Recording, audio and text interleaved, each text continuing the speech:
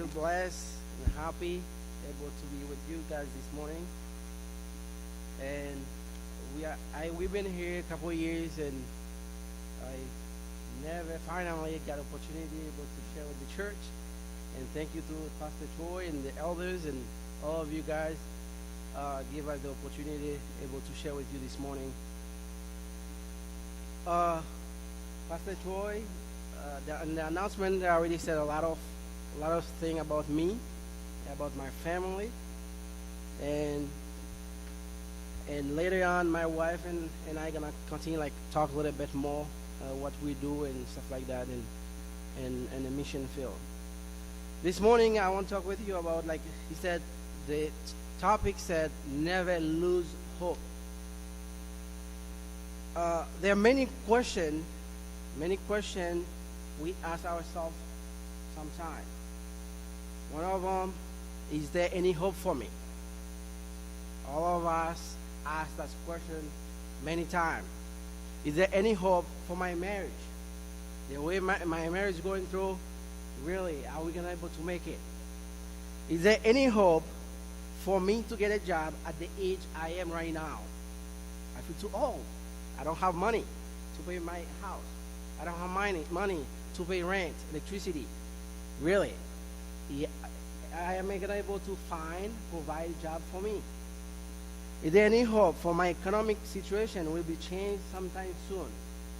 If there's any chance for me to get free from this sickness? All of us always asking those questions in the daily life. Sometimes your family suffering, maybe from cancer, from other sickness, you living every day. Really, there is hope for everyone. There is hope for everyone. And the scripture will talk about Mary, and how she will give birth to a kid, to a baby. And the important thing about that story is how she never met a man before. She is a virgin. All of us said, I was watching news on the other day. There's a guy married with his fiancée, and at the marriage ceremony, the guy, his daughter went to the doctor, check on her to see if she was virgin. And finally, they said she was virgin, and they make a certificate to give to the girl's father at the end. That was awesome. It was awesome. And really, we said, okay, where's the virgin? Mary keeps complaining. Okay, the angel come, hi Mary, and all of us know when we have kid, our kid come to us with a low voice. Hey Dad, you know they want something from you. The way they come to you, the way they come addressing to you, you know something else behind the table. And the same thing happened with Mary. The angel come, knock on the door, hello. And Mary inside said, what that greeting mean? There's something behind it. Mary, you have received the favor of the Lord. Okay, thank you. What else? You will be born a baby. How am I gonna have a baby? I never have relationship with a man. I know I'm engaged with a guy named Joseph, but him and I, we never touched each other before. We never know each other before. He said, okay, no, the power of the Lord will come over you, and you will conceive the baby. And one thing Mary said, she was really clear. She said, well, I am the servant of the Lord. May His will be on me. Mary said, I am the servant of the Lord. She knows who she was serving. She knows who was on top of her. She didn't give Joseph first in her life. He said, no, I am the servant of the Lord. That's why I said there's hope for everyone. God gave all of us hope through the promise he did to Mary. What the promise?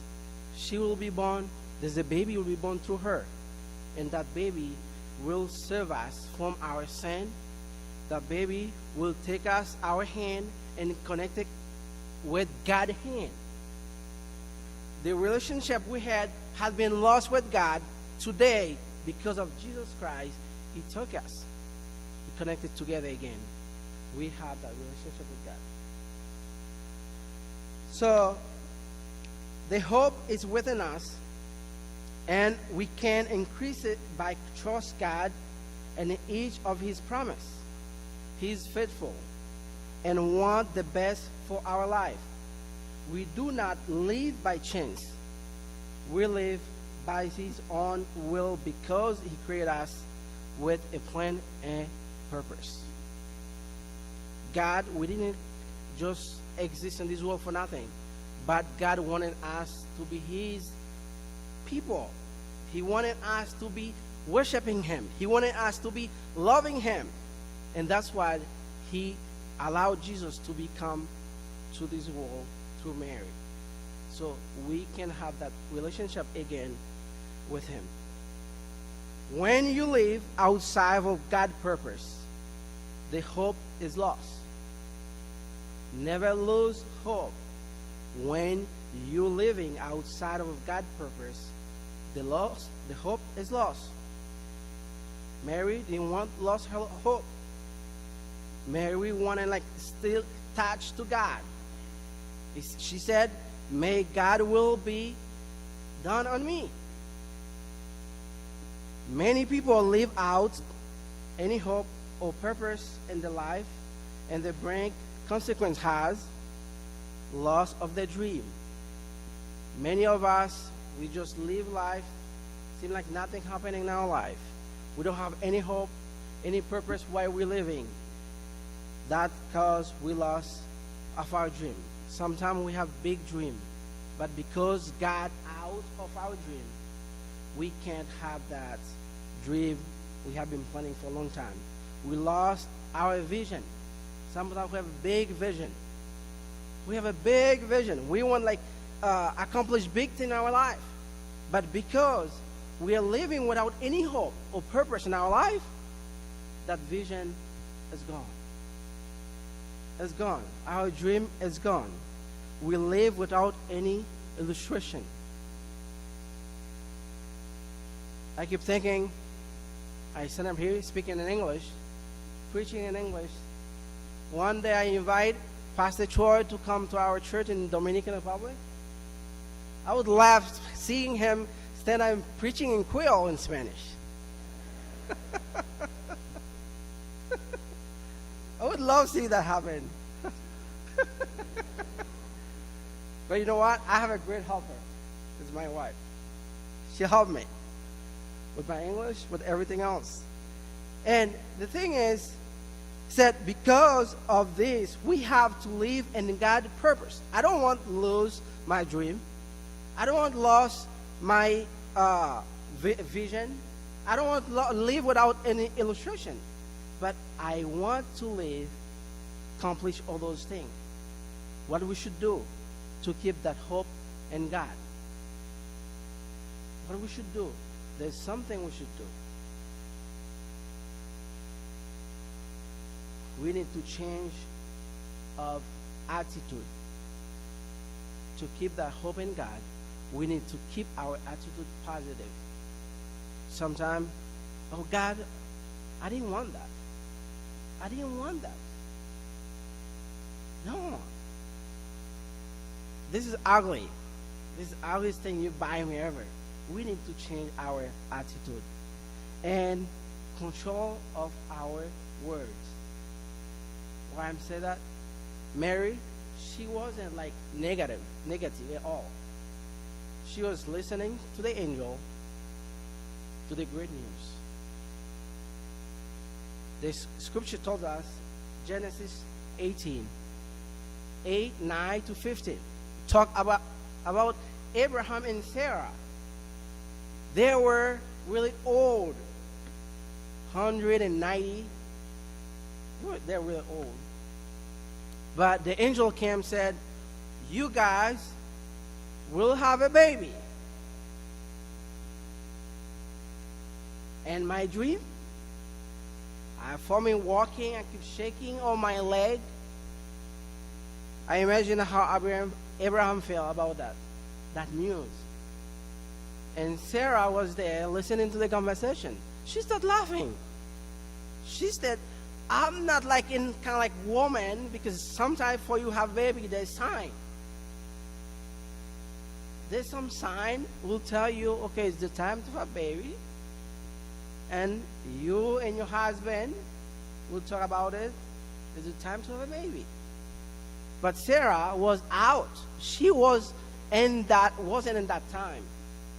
She said, I'm old. Now it's time to me sit and eat and ready to me go with the Lord. She was done. And she even told Abraham, go and have a baby with our servant. And Abraham listened to her. He went and have a baby with Hagar, their servant. Now God comes and said, Abraham, you will have a baby with your wife Sarah. Okay, how that gonna happen? Really? Somebody like 60 years old, 70, you told them they're gonna have a baby? They're gonna say, you're lying.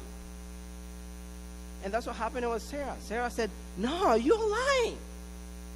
She laughed. The angel said, why do you laugh? Sarah said, no, I didn't laugh. I didn't say that's not going to take place. She lied. She lied. The angel said, at this time, next year, at this place, when I come back, you will have a baby in your hand, in your arm. Yes, that's taking place. It did taking place. She came, she has a baby. Today, many of us have God promised us great things in this world. It promised us beautiful things. But what we do we keep trying to live in God's purpose, or just to live in ourselves? Sometimes we said we can do it. I don't need God's help. I went to the university. I learned a lot. I can do it on my own. But God said, no, remember, I'm still God. I'm still God. I can do it. Sometimes you can't, but he said, yes, I can. Because I've been doing it since at the beginning. Since at the beginning. There's hope. Never lose hope. I remember when my wife and I, we take the decision to leave the ministry we used to work before. And at that time, we were the poorest missionary in the ministry. And when we took the decision to leave the ministry, everybody said, are you guys crazy? But God kept telling us, it's time to move on. It's time to get out of there, because I have bigger things for you. And everybody who knows us said, I don't think you guys are going to be able to make it. I don't think you guys doing a great decision. We said, God telling us what we're doing. Really? We were scared to death. We didn't know what we're doing. But God kept telling us, no, we want you to move out of there. And we listened to God. And today, we accomplish our vision. Our vision, our dream come true. One of them, we wanted to start school for our community, the community we work with. We've been in other ministry for years and years. We never able to do it. When we listen to God's voice, and now we have school running in the Dominican Republic. Because we listen to God. And that's what's happening with Mary. Jesus will be born. You will call him Jesus. He will his kingdom will be here forever. will be here forever. And sometimes we just listen to the word, listen to it, but no action behind it. James reminding us that faith without work is death. If we do not take action in your life, in our life, nothing will happen. You have to move toward what you want to accomplish, to achieve. Every day you have to move. Do not stop the pursuit of happiness if you feel you must act. Sometimes we said, okay, I hear you, God, but we never do what he said. Sometimes we keep thinking, really, there's a hope for my kid coming back to me again. There's a hope he will change or she will change. But God keeps saying, never lose hope. Your hope is there. My sickness, now my hand, I have no control on my hand anymore. God said, never lose hope. They kick you out of the house. God said, never lose hope. There's a hope for you. Because God already did it through Jesus Christ. And this is the one you and I, we are worshiping today. He's the one who you and I, we are like doing as the Great Commission said. Go all over the world. Proclaim the gospel. And that's what you and I are doing. Jesus, he's the one who came through a woman so you and I can have that peace we're having today. There's more questions we could have asked. A lot of questions. Because of this thing, we must live in God's purpose. Nobody wants to live in the street. Nobody wants to live without any job. Nobody wants to keep living in that sickness you're like suffering today. But God has a purpose for everyone in this life. My James 2:18 said, but someone will say, you have faith and I have works. Show me your faith apart from your works, and I will show you my faith by my works. We must be people of faith also. So we need those kind of stuff in our life. Hope and faith. Faith walk together with hope. Hope work together with faith. And that's what happened with Sarah. She laughed because she didn't believe it. She said, no, I wasn't laughing. Because she know what's going on. She said, no, I was too old to have a baby. But you know what? God did it happen. It did happen. It's happened. Today, I don't know what's happening in your life. I don't know what's going on in your family, in your job. Maybe you want to quit. You want to give up. Maybe you said, okay, I'm gonna done with my life. So what I'm gonna tell you this morning, there's hope for you. There's hope for you. God will never give up on you. Amen? God will never give up on you until you keep pulling on his road every day. Again, thank you for this opportunity. May God bless you. May God be with you. My wife.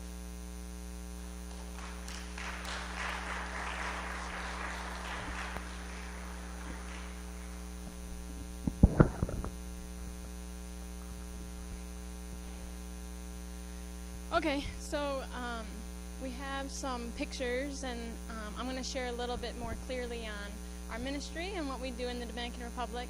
Like Troy said, Wilby's he left Haiti in 2001 and went to the Dominican Republic and started working for Go Ministries. That's the organization that we worked with, and we met each other in. And in 2005, I left here and went and worked with Go Ministries. So I've been there for 10 years, and my husband's been there for 14. We married each other in 2008, and then started our family. So Carvens is Wilby's son. In 2010, when the earthquake hit Haiti, it destroyed his home with his mom, and so he came to live with us and has been with us since. Haiti is still a pretty rough place to live, and in 2010, we really saw God calling us to a need. Many Haitians fled to the Dominican Republic, and there's a lot of Haitians in the Dominican Republic right now not receiving help, not receiving the gospel, because Haiti speaks French and Creole, and the Dominican Republic speaks Spanish. And so a lot of organizations that are in the Dominican Republic helping the Dominicans don't know how to relate and speak to the Haitians that are there. And so in 2012, we went ahead and left Go Ministries and started a ministry called La Foi. La Foi means faith in Creole. And like my husband was saying, we needed a lot of faith in order to leave. The scripture that came to mind and that called us to, it's actually part of our logo, in fact, is a boat. And it's when Peter got out of the water. And he didn't know how to walk on water, but Jesus called him anyway, and he went. And so that's kind of what we stem from, where our faith lies. And so we're going to share some pictures of what we do. This is our church building. Our members, we don't have a consistency of membership because Haitians go where the work is. Their bosses are basically in control of what they do and where they live. And so we've probably seen 700 people in the last 7 years of us having our church. We started the church in 2008, actually the same month we got married in. And then we continued it after we left Go Ministries. So this is our church building. Next. This is a really important picture to us.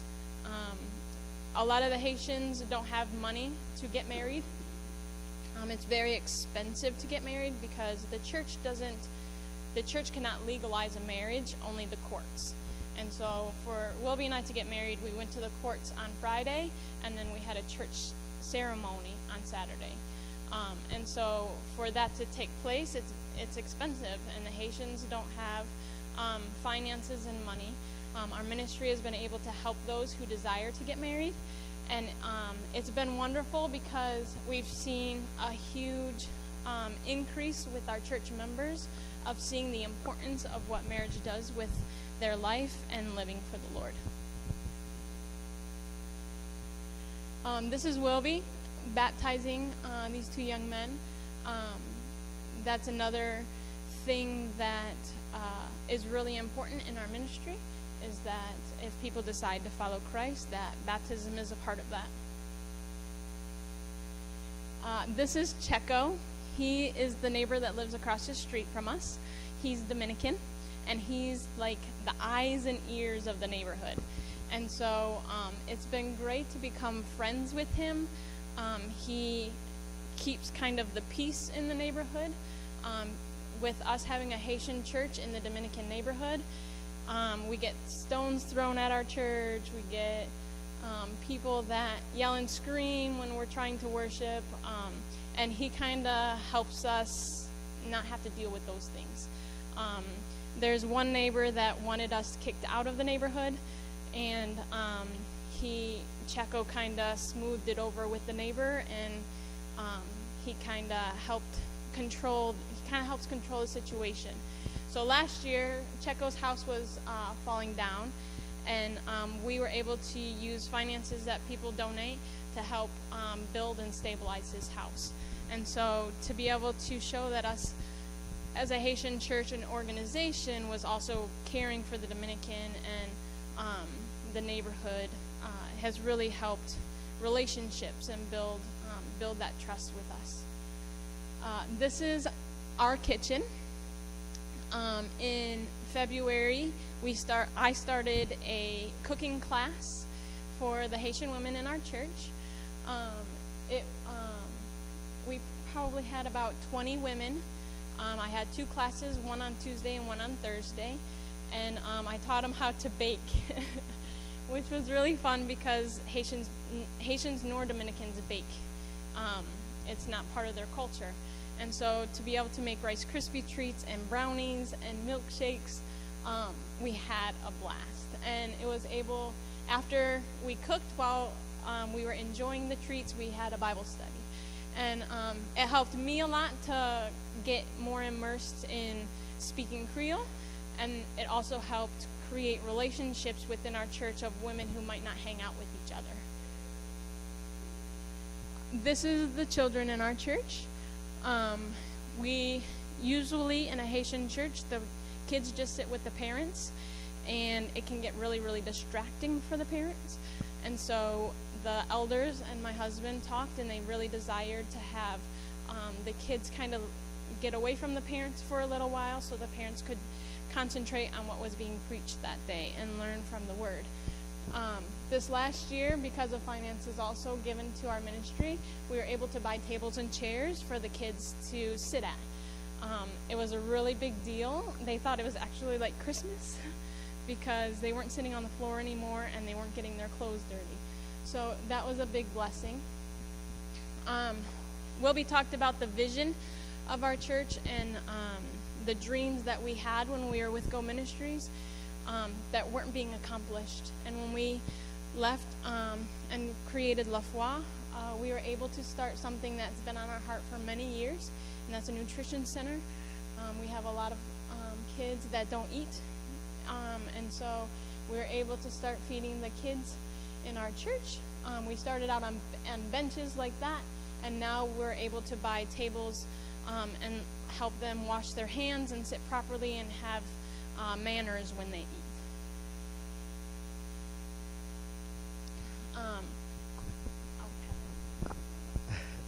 So, and this is the school I was talking earlier, and it's something everybody's in the neighborhood always come up to me, said, Pastor, you and wife, why you guys don't start school? Like our kid can attend Dominican school because they don't have papers and stuff like that.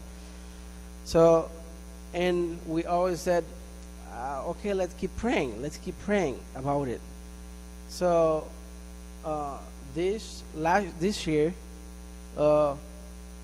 because of the ministry we just started, and we have a lot of people willing to work and they teach, and we decided to start having the school run in our church.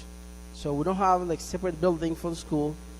The school, we just have it right there inside of the church.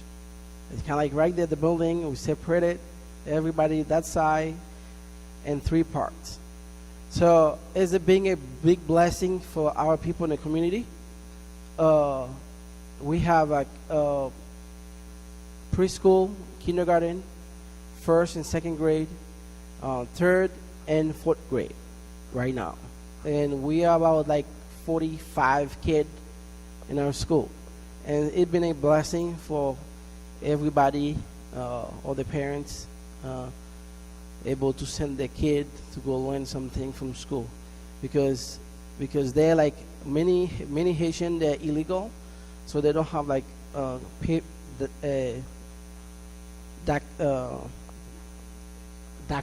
documentation, so they can't go to a Dominican school because they ask them the birth certificate, all kind of paper, so they can't provide those papers. So the kid just stay home, running in the streets, so they're not learning nothing.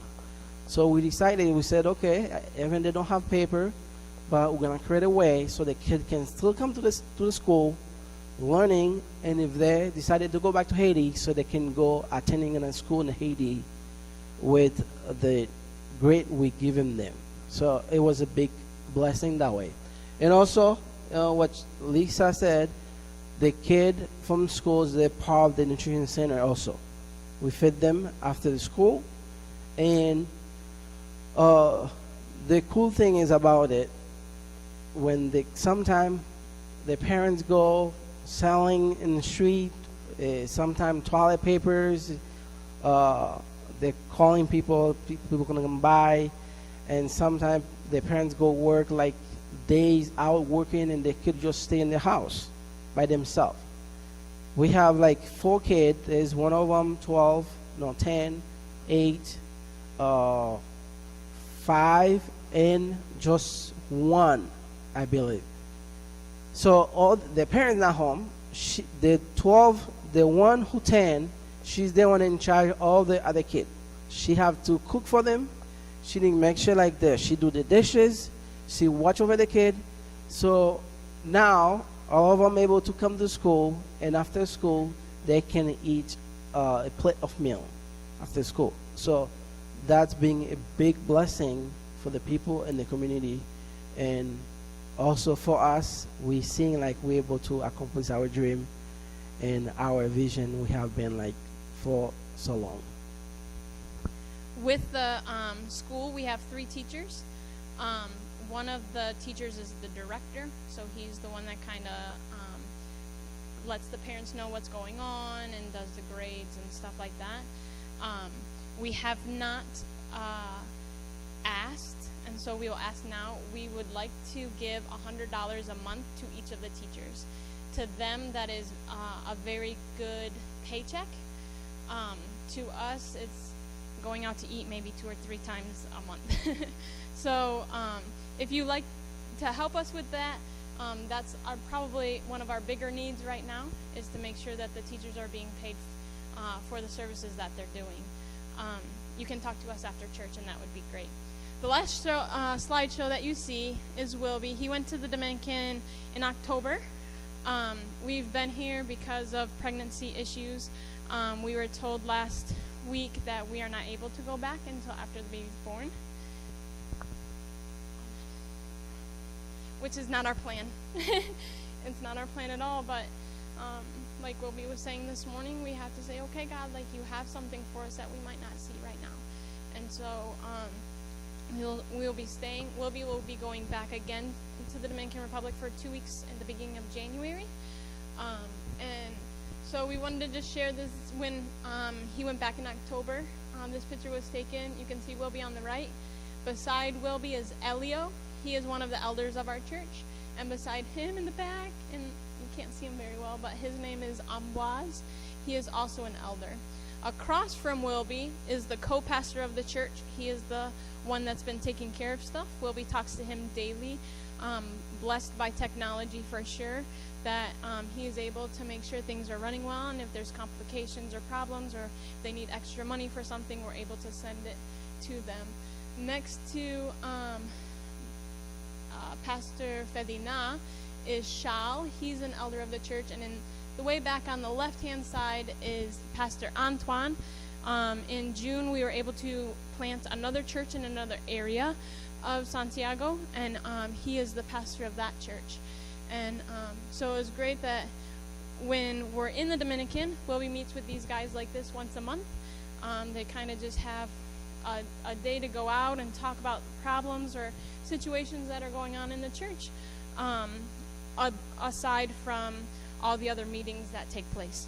So that is the leadership of our church, and we're excited and happy to be able to share with you. And one other thing we're looking forward to do is the partnership with the kid in the nutrition center and a sponsorship. We know like there's a lot of ministry do it, and sometimes when we ask people, will you willing to support our nutrition center? People are okay. But when you have like kid, you decided, said, okay, I want to support this kid, and you have the kid picture, maybe like send you the letter, you send the kid a letter, the relationship there is like really deep, and the kid know you're the one gonna help them continue every day, have a plate of meal, help him to go to school, that's gonna be a blessing. So that's what we're looking forward to do. And I think in January, and Michelle may join us there. If you have any question about that, you can see Michelle, and maybe when she come back, she can give you more detail about stuff. So thank you for this time, and if any question, free to answer it.